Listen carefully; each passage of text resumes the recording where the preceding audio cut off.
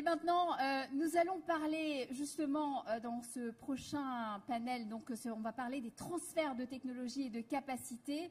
Et j'ai le plaisir d'accueillir sur scène Omer Gatien Maledi, Guillaume Réveillac, Nadège Nzoyem et Pascal Canfin. Merci de me rejoindre.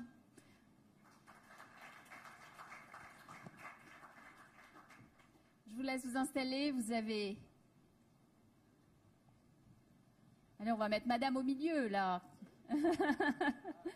Allez, super. Voilà, super. Bienvenue à vous. Donc, Omer Gatien, donc vous êtes le secrétaire exécutif du Conseil interprofessionnel du cacao et du café du Cameroun. Guillaume Réveillac, donc le PDG de Seralia. Et nous avons également la directrice Rainforest Alliance pour l'Afrique centrale et l'Afrique de l'Ouest, Nadège Nzoyem, et Pascal Canfin, le président de la Commission environnement du Parlement européen. Bienvenue à tous les quatre. Donc sur ce sujet, peut-être je vais me tourner vers vous, Omer. Donc je le disais, donc pour vous, donc dans le secteur cacao et café au Cameroun, donc vous êtes engagé dans des initiatives pour assurer une meilleure rémunération. Vous en parliez ce matin déjà des producteurs et de la formation des jeunes à la cacao culture durable. Donc j'ai plein de questions pour vous, mais on n'a pas beaucoup de temps, donc je vais vous en poser deux.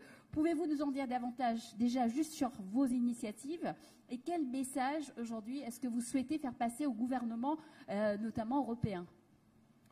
En termes d'initiatives, au Cameroun, dans les filières cacao-café, mais surtout cacao, nous attaquons une question qui pour nous est la base de la durabilité. L'homme, la personne, celui qui fera le cacao dans 20 ans. Le cacao-culteur qu'on montre sur toutes les photos ressemble à moi, vieux, 65 ans. Mais on ne peut pas compter sur un type comme moi pour faire le cacao dans 20 ans. Donc nous sommes attaqués à cette question et nous avons mis en place un programme que nous appelons New Generation. Nous insérons les jeunes, femmes, hommes dans la culture du cacao. Culture durable. À ces jeunes, c'est très simple. Très rapidement, nous avons tous, en tant qu'Africains, un village. Et tous les Africains ont des terres ancestrales dans leur village. Donc, la question du foncier est vite réglée parce qu'ils sont dans leur village. On les prend par groupe d'au moins une vingtaine. Ils travaillent, nous les accompagnons à travailler le cacao. Nous donnons tout, en dehors de la terre qui est la leur et de la main-d'œuvre qui est la leur. Nous donnons la formation et tous les intrants et un accompagnement pendant 3 ans pour que chaque jeune ait 3 hectares de cacaoyer. Au bout de 3 ans, chaque jeune est désormais un millionnaire. Et quelque chose, nous allons au-delà, parce qu'après avoir fait du cacao, du bon cacao, il faut le vendre à un très bon prix. Et c'est en cela que nous avons, depuis 5 ans, mis en place un partenariat avec des chocolatiers français, des maîtres chocolatiers français, qui se sont regroupés dans une association qu'ils appellent Club Chocolatier Engagé. Ces maîtres chocolatiers s'engagent à payer un prix exceptionnel aujourd'hui pour la campagne qui s'est achevée. Et ils payent 2,70 € le kilo pour champ, 1740 francs qu'ils payent au kilo. Nous savons que le prix officiel en Côte d'Ivoire, c'est 900 francs. Au Cameroun, avec les chocolatiers engagés dans ce cadre, c'est 1740. Vous voyez la différence. En fait, c'est une belle aventure qui est une aventure humaine, qui est une aventure forestière également parce que ces jeunes font de l'agroforesterie. Et qui est une aventure économique parce que ces jeunes s'installent dans leur village. Ils ne vont plus en ville. Ces jeunes n'ont aucune... Ils n'imaginent même pas aller prendre le bateau et se noyer en Méditerranée. C'est l'effet inverse que nous avons au Cameroun. Les jeunes quittent la ville pour rentrer au village parce qu'en fait, tous nos jeunes qui sont dans ce programme New Generation avec 3 hectares, ils ont en moyenne un bénéfice net qui dépasse le salaire d'un fonctionnaire. Ils ont en moyenne 150 000 francs par mois d'épargne possible. Donc, c'est pour nous quelque chose de formidable. Et je réponds à la dernière question. Qu'est-ce que nous voulons? Moi, je suis content de voir des ministres devant moi, des décideurs, des hommes d'entreprise. S'il vous plaît, je voudrais vous engager dans cette aventure. Parce que nous aidons des jeunes Africains, à rester chez eux, mais pas à Libreville, ni à Douala, ni à Yaoundé, dans leur village. Ils développent leur village, ils s'y installent et ils attirent ceux qui sont partis en ville et ça fait des pôles de développement formidables. C'est pour nous quelque chose de fantastique à laquelle tous peuvent prendre part. On peut répliquer ce schéma au Gabon, au Congo et un peu partout. Merci Omer Gatien. Alors Guillaume, je disais, donc vous êtes le PDG de Céréalia, donc et président de l'Alliance pour la préservation des forêts, donc qui est un collectif d'entreprises utilisatrices de matières premières à risque de déforestation. Donc j'ai aussi deux questions pour vous. Donc comment est-ce que vous aidez justement les entreprises qui sont membres de l'Alliance pour la préservation des forêts à éliminer la déforestation dans leur chaîne d'approvisionnement? Et la deuxième, quelles sont les initiatives que vous menez sur les terrains justement pour développer de nouvelles filières de production durable? Vaste sujet. Alors, on a entendu ce matin énormément de choses sur les initiatives technologiques et à la production de ces filières. Moi, je vais vous emmener de l'autre côté de la chaîne de valeur, principalement en Europe, là où on consomme des produits déjà transformés et où on les transforme à notre tour directement vis-à-vis des consommateurs pour des produits emballés ou pas, des produits agroalimentaires, des produits cosmétiques, etc. Eh bien, je suis un entrepreneur aussi. J'ai démarré une entreprise il y a 12 ans. C'était une petite entreprise, une TPE comme on dit. Elle est devenue une entreprise leader sur ces marchés de la boulangerie en Europe et en Amérique du Nord. Et donc, comme mes amis au sein de l'Alliance pour la préservation des forêts, sur ce chemin, on s'est rendu compte que nos filières d'approvisionnement étaient truffées de déforestation. Alors, quand on est aussi mobilisés que nous le sommes tous ici par ces sujets de la capture du carbone dans la biomasse et dans l'éradication de la déforestation, nécessairement, on se met debout et on y va. Alors on a créé un collectif avec des grandes entreprises comme Nestlé, Ferrero, Pierre Fabre, des plus petites aussi, dont on ne connaît pas le nom ici, et qui pourtant se sont toutes ensemble inscrites dans cette démarche vertueuse pour essayer de faire basculer les chaînes d'approvisionnement dans un objectif de zéro déforestation que nous avons pris très tôt en 2012. Nous sommes aujourd'hui un collectif d'une vingtaine d'entreprises mobilisées sur la lutte contre la déforestation. Et pour ce faire, on a mis en place, je réponds à votre question, j'étais un peu long, un certain nombre d'outils assez tôt. Le premier est un outil dont on a déjà parlé ce matin, qui est l'outil développé par Airbus pour permettre cette vigilance satellitaire qui a été mise en œuvre avec le concours de Earthform pour certains de nos membres, à l'époque Ferrero, Nestlé. Et puis on voit que ce dispositif est en train de largement se déployer vers d'autres acteurs de la filière, des filières, puisque on a démarré notre action avec l'huile de palme. C'est devenu depuis une action landscape, multicommodité, et qui rayonne sur l'huile de palme, le café, le cacao, le soja maintenant, et d'autres commodités avec un travail colossal à mettre en œuvre. Donc des outils de compréhension des chaînes d'approvisionnement. Au sein de l'Alliance, un outil d'évaluation, d'auto-évaluation pour tous les membres sur le décryptage des chaînes d'approvisionnement et puis la compréhension du progrès année après année. Et puis également des outils, qui ne sont pas des outils, qui sont des initiatives au terrain en collectant les ressources de nos membres pour aller mener des opérations. La plus emblématique dans ces années 2022-2024, c'est un partenariat avec le CIRAD à Bornéo, côté Malaisie, avec un projet qui s'appelle Trail de reconstitution de forêt dans une plantation de palmiers à huile au bénéfice des éléphants et des orang-outans sous l'impulsion du CIRAD, financé par l'État français, cofinancé par l'Alliance et avec une implémentation avec une ONG locale qui s'appelle Outan, qui est formidable, qui fait un travail épatant. Donc vous voyez, il y a une palette de services qui est assez importante, mais ce que je voudrais dire dans les solutions, pour répondre à votre deuxième question, si je ne suis pas trop long, c'est que la puissance du secteur privé, au bout de la chaîne de valeur, qui grâce à ses ressources, peut investir dans des projets transformants, des outils, mais aussi des initiatives de terrain. Alors on est confronté maintenant à des problématiques aussi, elles sont 3 ordres, j'en ai pour 30 secondes.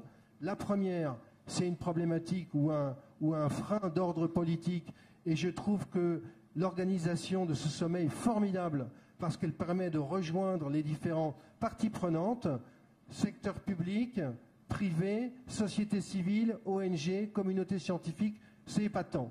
Deuxièmement, un problème économique. Il faut financer tout ça.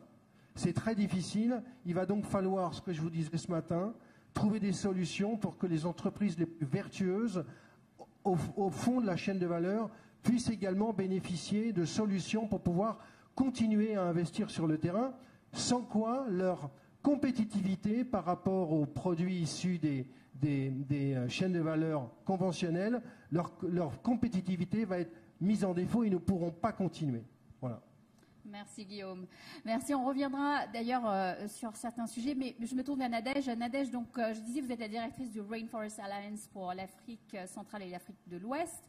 Donc, on a évoqué, nous avons avec nous Pascal Canfin, je l'interpellerai juste après, mais on a évoqué justement ce nouveau règlement européen.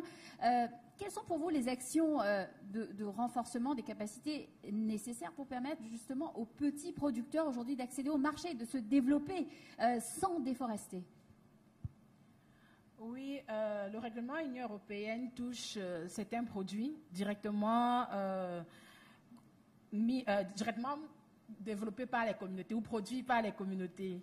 Et à l'extérieur du cacao, nous savons que le cacao est presque exclusivement produit dans des petites plantations et par des petits producteurs. La première question est de savoir pourquoi est-ce qu'ils déforestent. Pourquoi est-ce qu'ils ouvrent la forêt? Parce que je vais parler d'un rasage à blanc. Parce qu'en ce qui concerne le cacao au niveau de l'Afrique centrale, nous parlons d'un cacao agroforestier. On est carrément dans la forêt. Et des images satellitaires qui ne sont pas de très haute résolution ne vous permettent même pas de voir des pieds de cacao. Donc, il est important de savoir pourquoi est-ce qu'ils déforestent. Parce que les plantations cacaoyères aujourd'hui sont des vieilles plantations de plus de 60 ans. Et la productivité baissant, les planteurs ont besoin de plus d'argent, de plus de revenus, c'est-à-dire d'un volume plus important de cacao. Et pour cela, les vieilles plantations, elles sont déjà vieilles, la productivité a baissé.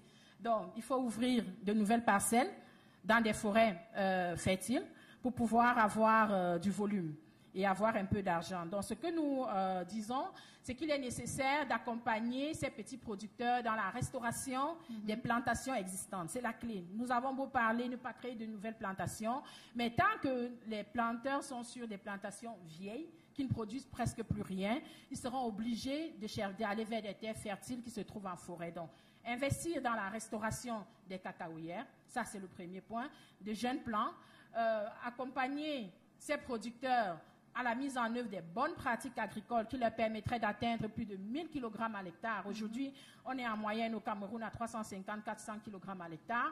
Dans les plantations certifiées agriculture durable Rainforest Alliance, on arrive à avoir des productions de 750 à 800 kg à l'hectare. Il est possible de faire un peu plus et nous pensons qu'il est important de mettre l'accent sur cette restauration. En deuxième lieu, je dirais, il faudrait diversifier les revenus du planteur. Parce que le planteur doit pouvoir survivre toute l'année. Et mettre l'accent seulement sur le cacao ne serait pas très utile. Donc, ils vont continuer à chercher à produire plus. Et la diversification pourrait passer par la valorisation des produits forestiers non ligneux qui existent dans les plantations, qui se trouvent en forêt et qui côtoient des plants de cacao, mais qui jusqu'aujourd'hui, l'accès au marché n'est pas ce qu'il devrait être. Et dans ce cas-là, nous parlerons de la transformation à plus de valeur ajoutée et un meilleur accès au marché.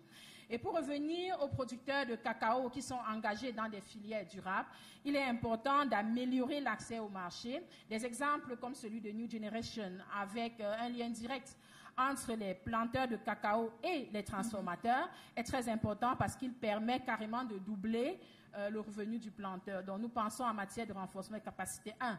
L'appui au rajeunissement, à la restauration des cacaoyères.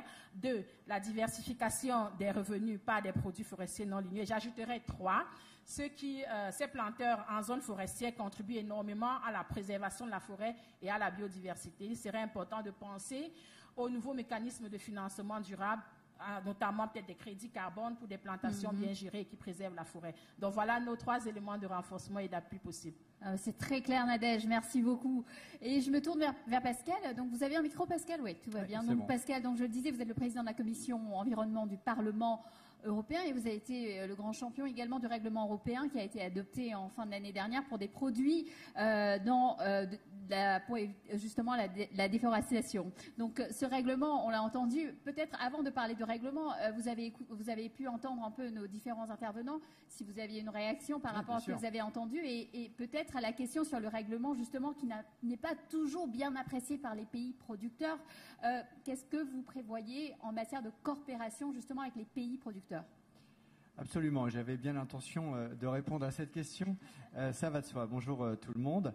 Effectivement, on est très fiers en tant que législateur européen d'avoir passé la première loi au monde sur l'accès au marché européen qui ferme l'accès au marché européen. Je suis très clair là-dessus. Ferme l'accès au marché européen aux produits et donc aux chaînes de valeur qui ne peuvent pas faire la preuve qu'ils ne sont pas issus de zéro déforestation. Comment ça marche ? On l'a fait sur 6 commodités, donc le café, le cacao, l'huile de palme, le soja, le bœuf et le caoutchouc. Pourquoi ? Parce que ce sont les plus gros drivers, les plus gros leviers de déforestation des forêts tropicales. C'est pas l'Europe qui le dit, c'est un consensus international sur le sujet. On a pris ces 6 premières matières premières et on a vocation demain éventuellement à l'étendre encore à d'autres quand le règlement sera révisé dans 2 à 3 ans. Le règlement, il rentre en vigueur en 2024. Ça veut dire qu'à partir de l'année prochaine, vous ne pourrez plus vendre votre cacao, votre café, votre palme si vous ne pouvez pas démontrer, à travers quoi ? Précisément à travers les images satellites, et je vais y venir dans une seconde, que vous n'êtes pas issu de parcelles qui sont nouvellement déforestées. Quand on dit nouvellement déforestées, c'est depuis 2020. Ça, c'est la règle de base. Pourquoi on a fait ça ? On a fait ça pour changer d'échelle. Je pense que c'est un mot absolument fondamental parce que toutes les initiatives volontaires sont parfaitement fondamentales, vertueuses, et je vais en parler dans un instant, mais leur problème clé, c'est le changement d'échelle. Si on veut rendre la chose non pas marginale ou en faire une niche de marché verte, mais d'en faire une règle du jeu pour tout le monde, il fallait faire une loi. Et c'est exactement ce qu'on a fait, et on est les premiers au monde à le faire, et j'espère que d'autres suivront. Il y a maintenant des discussions sur ce sujet aux États-Unis. Deuxième élément, on a fait cette loi avec les acteurs économiques, des producteurs, des organisations de producteurs, y compris les plus petites, jusqu'aux transformateurs en passant et les commerçants en passant par les intermédiaires, les importateurs, les transformateurs, etc. On a vu tout le monde. Et on s'est appuyé, et c'est ça qui est formidable puisque c'est un business summit, on s'est appuyé sur toutes les expériences acquises par les entreprises qui ont fait ça de manière volontaire. Parce que depuis une dizaine d'années, et vous en faites évidemment partie, un certain nombre d'entreprises ont pris le taureau par les cornes et se sont dit, voilà, moi je veux garantir une chaîne de valeur zéro déforestation, comment on fait ? Et donc, on se coltine les changements de contrat, la traçabilité, qu'est-ce qui marche, etc., etc. Et nous, on arrive derrière et on dit, voilà, ça fait 10 ans que vous faites ça, c'est génial. Et en fait, on va prendre cette matière première-là et on va en faire la norme au lieu de l'exception. Donc, on s'est appuyé, c'est pour ça que ce texte a été très, très, très largement soutenu par tous les bords, parce qu'on s'est appuyé sur des choses extrêmement concrètes déjà réalisées par les acteurs des chaînes de valeur responsables. Et puis ensuite, on a travaillé pour l'information. On a travaillé, par exemple, avec Airbus, je rebondis sur la présentation qui a été faite, pour s'assurer que, bien évidemment, l'information disponible sera là et mise à disposition pas cher. Et là, j'en viens au 3e pilier et au dernier, je vous rassure, sur l'accompagnement. Évidemment, pour que ça marche, il faut plusieurs choses. La première chose, c'est que l'information disponible pour prouver que vous n'êtes pas issu de la déforestation soit facilement accessible. C'est pour ça qu'on a travaillé avec ceux qui produisent les images satellites et qui sont capables de les donner, de les rendre très facilement accessibles. Et on a demandé à la Commission européenne de créer une plateforme ouverte de façon à ce que n'importe quelle organisation de producteurs de cacao ici au Gabon puisse accéder facilement aux informations dont elle aura besoin lorsqu'il s'agira à un moment donné pour son vendeur ou son transformateur de passer les douanes européennes. Deuxièmement, totalement d'accord avec vous, madame, ça n'a de sens que si on accompagne sur le terrain le développement des bonnes pratiques et donc les changements de pratiques pour ceux qui n'ont pas déjà les bonnes pratiques. Et c'est pour ça qu'on a aussi demandé dans le texte de loi dans les négociations à la Commission européenne de reprendre toute son aide dans les principaux pays clés dont le Gabon fait partie et l'Afrique centrale fait partie bien évidemment, pour regarder comment elle peut adapter son aide publique au développement, ses programmes extrêmement concrets sur le terrain, exactement aux enjeux que vous venez de décrire. Donc il n'y a aucune opposition entre les deux. Je dirais même que c'est la condition de la réussite de la loi, c'est que ça marche sur le terrain. Et inversement, la condition pour qu'on déploie les bonnes pratiques sur le terrain, c'est que le marché soit là. Et la meilleure façon de structurer le marché, c'est de faire en sorte que ce soit obligatoire d'aller dans cette direction. Donc il n'y a aucune opposition entre les deux. Au contraire, c'est aussi une chaîne de valeur de la transformation. Et c'est en gagnant les deux batailles qu'on réussira à gagner la bataille de la protection de la forêt et du développement économique des communautés. Merci Pascal Canfin. Mais peut-être une réaction sur justement la coopération. Omer, je ne sais pas si vous voulez rajouter quelque chose, vous, de votre côté, sur la coopération justement avec les pays producteurs, vous qui êtes sur le terrain. Donc, qu'est-ce qui manque? Monsieur le Président. Monsieur le Président, il n'y a aucun sujet pour nous par rapport à ce règlement. C'est bon pour tout le monde. L'objectif est noble pour tout le monde. Il y a des petits détails que nous devons voir ensemble. Et je suis heureux de vous avoir à côté de moi. Je pense qu'on va déjeuner ensemble tout à l'heure pour en parler. Nous travaillons. Le troisième point que vous avez cité, c'est l'accompagnement. Et ça, c'est très important. Et nous travaillons avec la DG Environnement, avec Astrid qui était là hier, avant-hier, avec une part aussi qui s'occupe de tout le côté coopération. Et ce dont je suis heureux, c'est de voir de savoir, de constater et de vivre le fait que la Commission est très ouverte à nos propositions. Elle est très ouverte, c'est important, parce qu'il y a beaucoup de petites retouches à faire. Par exemple, si on ne fait pas ces retouches, le règlement va instaurer un Yalta du cacao. Ça veut dire que seulement ceux qui auront sauvagement, aveuglement déforesté auront le droit de livrer, d'approvisionner le marché en quantité, en volume. Ceux qui ont été sages, comme nous, en Afrique centrale, qui préservons notre forêt par des pratiques comme l'agroforesterie et qui n'avons pas déforesté, nos superficies sont réduites et sont limitées à la photo satellite du 31 décembre 2020.